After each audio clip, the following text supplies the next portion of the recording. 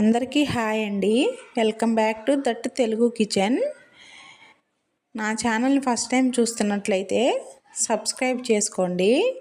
అలాగే ఒక లైక్ చేయండి, షేర్ చేయండి. ఈరోజు ఎంతో హెల్దీ అండ్ టేస్టీగా మనం పల్లీ లడ్డు ప్రిపేర్ చేసుకుందామండి. ఈ పల్లీ లడ్డు కోసం మన ఇంట్లో ఉన్న వాటితోనే చాలా ఈజీగా ప్రిపేర్ చేసుకోవచ్చండి.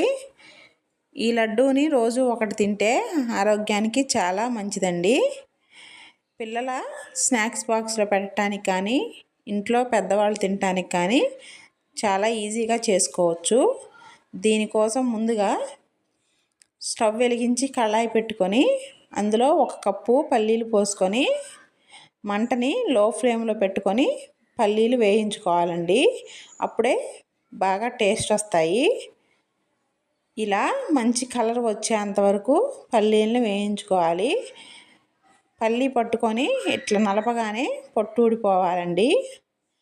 అలా వేయించుకున్న పల్లీలని పక్కకు తీసుకొని అదే కళాయిలో 1 కప్పు అటుకుల్ని వేసి వేయించుకోవాలండి. ముద్దటుకులు అంటారు. అటుకుల్ని తీసుకొని వేయించుకోవాలి. అటుకుల్ని అలా నలిపి చూస్తే వెంటనే విరిగిపోవాలండి. అప్పుడే అటుకులు వేగినట్లు. ఇప్పుడు చూస్తున్నారు కదా, ఇలా నలిపితే విరిగిపోవాలి.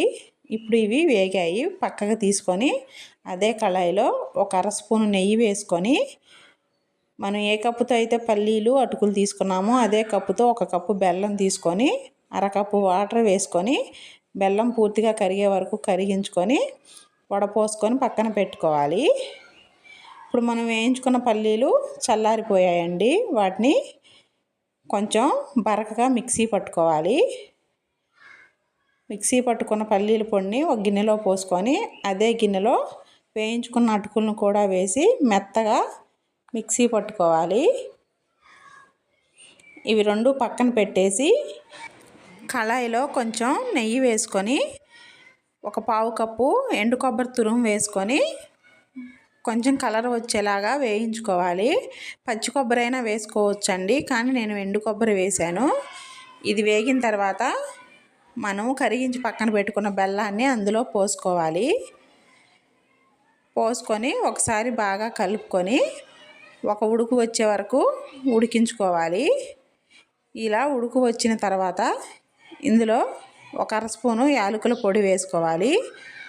అందులోనే మనం మిక్సీ పట్టుకున్న పల్లీల పౌడర్ కూడా వేసుకొని ఒకసారి మొత్తం కలిసేలాగా బాగా కలుపుకోవాలి. ఇలా కలిసి కొంచెం దగ్గర పడుతున్నప్పుడు అటుకుల పొడిని కూడా వేసుకొని ఒకసారి మొత్తాన్ని మళ్ళీ కలుపుకోవాలి. కలిపి ఇలా బాగా దగ్గరకు రానివ్వాలి. ఇలా దగ్గర పడుతున్న మిశ్రమంలో 1 అర స్పూను నెయ్యి వేసుకొని ఒకసారి మొత్తాన్ని కలుపుకోవాలి. ఇలా కలిసిన తర్వాత మనం ఒకసారి కొంచెం పట్టుకొని చూస్తే ఇలా ఉండవ్వాలండి.